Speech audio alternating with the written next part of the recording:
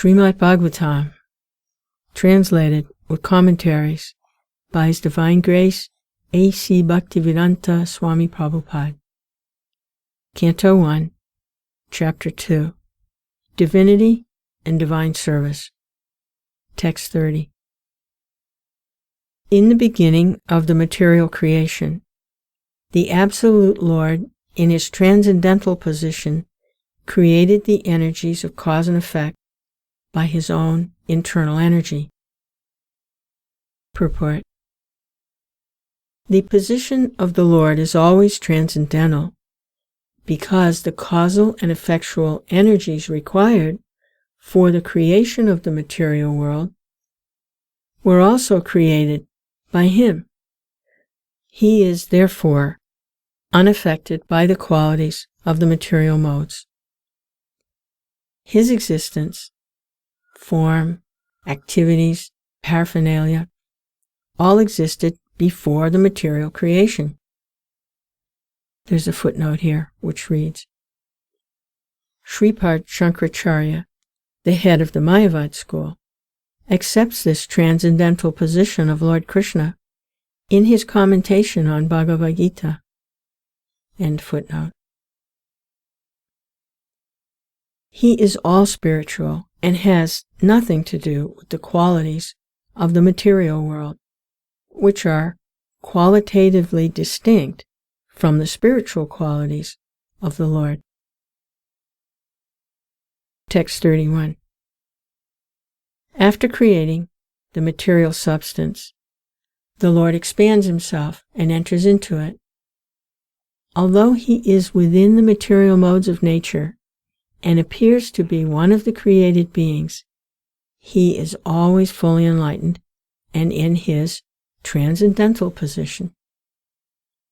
Purport. The living entities are separated parts and parcels of the Lord, and the conditioned living entities, who are unfit for the spiritual kingdom, are strewn within the material world to enjoy matter to the fullest extent. As Paramatma, an eternal friend of the living entities, the Lord, by one of His plenary portions, accompanies the living entities to guide them in their material enjoyment and to become witness to all activities.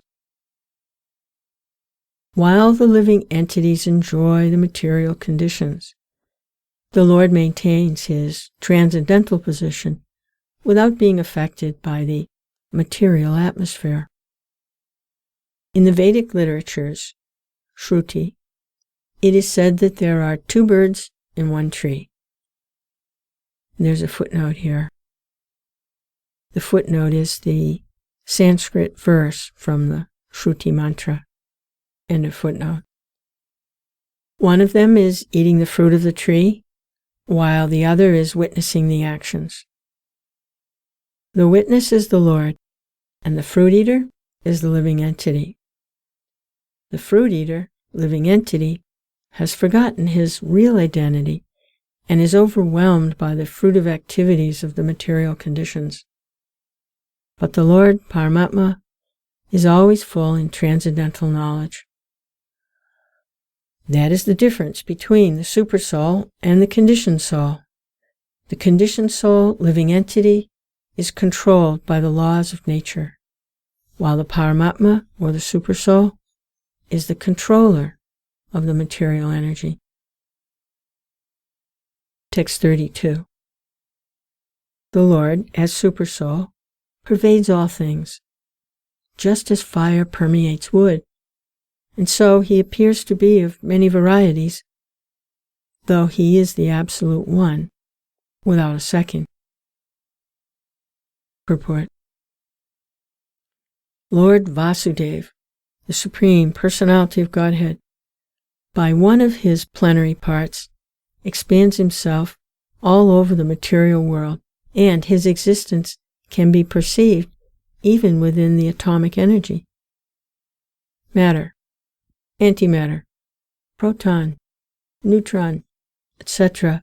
are all different effects of the Paramatma feature of the Lord. As from wood, fire can be manifested, or as butter can be churned out of milk, so also the presence of the Lord as Paramatma can be felt by the process of legitimate hearing and chanting of the transcendental subjects which are especially treated in the Vedic literatures like the Upanishads and Vedanta. Srimad Bhagavatam is the bona fide explanation of these Vedic literatures. The Lord can be realized through the oral reception of the transcendental message, and that is the only way to experience the transcendental subject. As fire is kindled from wood by another fire, similarly, the divine consciousness of man can be kindled by another divine grace. His divine grace, the spiritual master, can kindle the spiritual fire from the wood-like living entity by imparting proper spiritual messages injected through the receptive ear. Therefore, one is required to approach the proper spiritual master with receptive ear only, and thus divine existence is gradually realized. The difference between animality and humanity lies in this process only. A human being can hear properly, whereas an animal cannot. Text 33. The Supersoul enters into the bodies of the created beings, who are influenced by the modes of material nature, and causes them to enjoy the effects of these by the subtle mind. Purport. There are 8,400,000 species of living beings, beginning from the highest intellectual being, Brahma, down to the insignificant ant, and all of them are enjoying the material world according to the desires of the subtle mind and gross material body. The gross material body is based on the conditions of the subtle mind, and the senses are created according to the desire of the living being. The Lord, as Paramatma, helps the living being to get material happiness, because the living being is helpless in all respects to obtain what he desires. He proposes, and the Lord disposes. In another sense, the living beings are parts and parcels of the Lord. They are therefore one with the Lord. In the Bhagavad Gita, the living beings in all varieties of bodies have been claimed by the Lord as his sons. The sufferings and enjoyments of the sons are indirectly the suffering and enjoyments of the Father. Still, the Father is not in any way affected directly by the suffering and enjoyment of the sons. He is so kind that he constantly remains with the living being as Paramatma, and always tries to convert the living being towards the real happiness. Text 34. Thus, the Lord of the universes maintains all planets inhabited by demigods, men, and lower animals, and in his play, he assumes the roles of incarnations to reclaim those in the mode of pure goodness. Purport. There are innumerable material universes, and in each and every universe, there are innumerable planets inhabited by different grades of living entities in different modes of nature.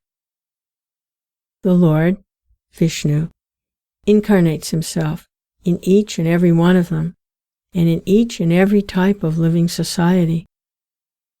He manifests his transcendental pastimes amongst them, just to create the desire to go back to Godhead. The Lord does not change his original transcendental position, but he appears to be differently manifested according to the particular time, circumstances, and society.